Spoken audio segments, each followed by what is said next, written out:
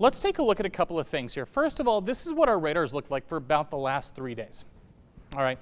You can just see all this rain sitting over parts of central Texas and the hill country, which of course led to the problem. So why, right? Yeah. That's the question everybody wants to know. So there are a lot of words on the screen. I'm going to go through it all, I promise.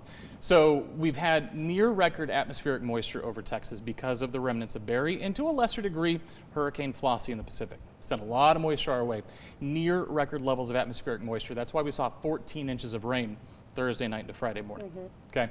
The other problem here is we have drought in the hill country. And because of that, and nobody thinks about this, when you have drought-stricken land, it can't absorb water. So it just runs off. And water will always seek the lowest area, and because of the topography of the hill country, what ends up happening is all that flowed into the river valleys, the Guadalupe, the Llano, all these rivers.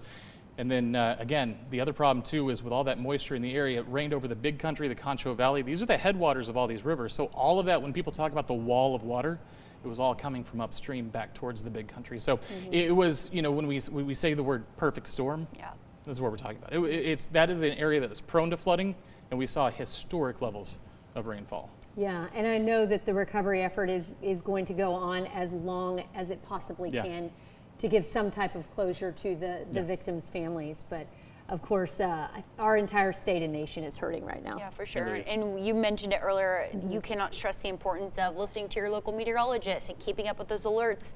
No one wants to hear that, you know, deafening tone on their phone, but it saves lives. I mean, that's such an important thing to have. Never ignore it. All right, thanks so much. We'll be right back. Lives lost, homes destroyed. 6 News cares about the lives devastated across Central Texas. Scan the QR code. Donate to our Tegna Texas Flood Relief Fund. Your dollars go directly to flood victims who need help now.